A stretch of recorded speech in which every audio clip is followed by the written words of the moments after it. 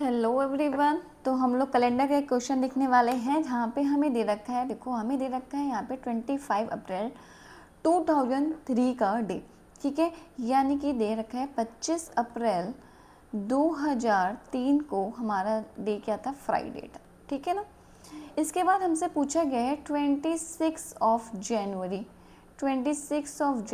2011 का डे पूछा गया हमसे, ठीक है। क्लियर है। अब हम इसे कैसे निकालेंगे, तो सिंपल हमें कुछ नहीं करना है। यहाँ पे देखो, यहाँ पे हमारा ईयर भी चेंज है, 2003 से 2011 पे आ गए, मंथ भी चेंज है और डेट भी चेंज है। तो सबसे पहले हम अपने ईयर को सॉल्व करेंगे। तो 2011 से 2003 के बीच कितने ईयर आ रहे हैं, 11 माइनस का 3 कर देंगे, कितने साल हो जाएंगे, 8 साल आ जाएंगे, यानी कि 8 ईयर्स। अब इसमें अगर हम बात करें तो देखो 2003 के बाद में 2004 हमारा देखो 2004 हमारा क्या हो जाएगा, लीप ईयर हो जाएगा। 2008 हमारा लीप ईयर हो जाएगा। उसके बाद 2012 जो कि इसमें नहीं आ रहा है इस बीच में, तो हमें सिर्फ ये 2 लीप ईयर लेने हैं। यानी कि देखो हमारे पास में इसमें से 6 तो नॉर्मल ईयर हैं और 2 जो है वो लीप ईयर हैं। अगर हम इन टोटल डेज़ की बात कर रहे हैं, टोटल और डेज़ की, तो सबको पता है नॉर्मल ईयर में 1 और डेज़ होता है और लीप ईयर में 2 और डेज़ होते हैं। यानी कि टोटल हमारे पास में 10, 6 प्लस का 4 10 हमारे पास में 10 जो हो जाएंगे वो हमारे ऑड डेज हो जाएंगे, ठीक है, ऑड डेज हो जाएंगे। अब इन ऑड डेज में से क्या करना है हमें, इसको हमें लगते हैं, अब ऑड डेज तो हमारे हमेशा 7 से कम होते हैं, तो 7 से हम इसको डिवाइड करेंगे तो कितने ऑड डेज आ जाएंगे, 3। जितना भी शेषफल बचता है, रिमेनिंग बचेगा, वो हमारे ऑड डेज हो जाएंगे। तो यानी कि अब देखो 3 से हम 11 पे जा रहे हैं ना, आगे की ओर जा रहे हैं, तो हमें यहाँ पे क्या करना है, प्लस का 3 लिख देना है, छोटा सा अपने यहाँ पे ईयर लिखे उसके ऊपर। अब हम बात कर रहे हैं यहाँ पे डेट और मंथ की, इन दोनों को साथ में लेंगे। जनवरी पहले आता है, अप्रैल बाद में आता है। जनवरी से स्टार्ट करते हैं। देखो 26 जनवरी दे रखा है, 31 जनवरी होते हैं, जनवरी में 31 दिन, रिमेनिंग कितने डेज बचे, 5।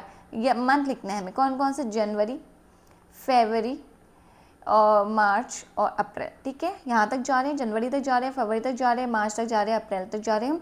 जनवरी में हमने अपने 5 डेज रिमेनिंग लेने हैं। पहले वाले में रिमेनिंग डेज लेते हैं, जितने भी डेज बचे होंगे हमारे, हम यहाँ पे लिख लेते हैं रिमेनिंग डेज, ठीक है, पहले वाले मंथ में जहाँ से हम स्टार्ट कर रहे हैं।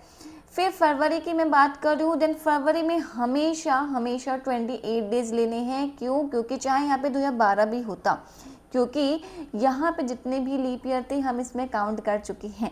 तो फरवरी में हमेशा 28 डेज लेंगे, चाहे यहाँ पे 2012 हो, चाहे 16 हो, चाहे 11 हो, चाहे 7 हो, चाहे 8 हो, जो भी हो, यहाँ पे हमेशा हमारा 28 दिन ही लेने हैं।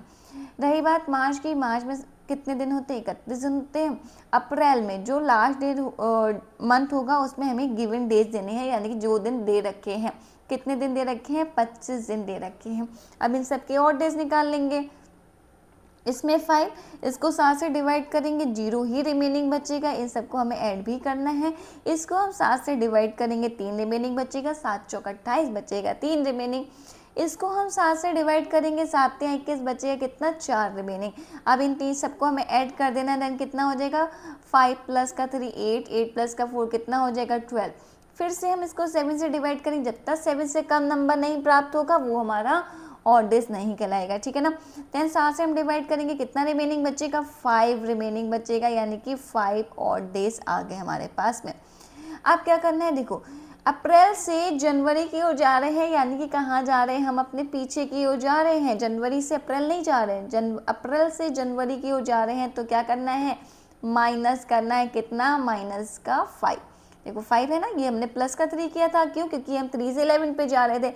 अभी हम अप्रैल से जनवरी जा रहे हैं, यानी कि पीछे की ओर, तो माइनस का 5 प्लस का 3 इज इक्वल टू कितना हो जाएगा, माइनस का 2।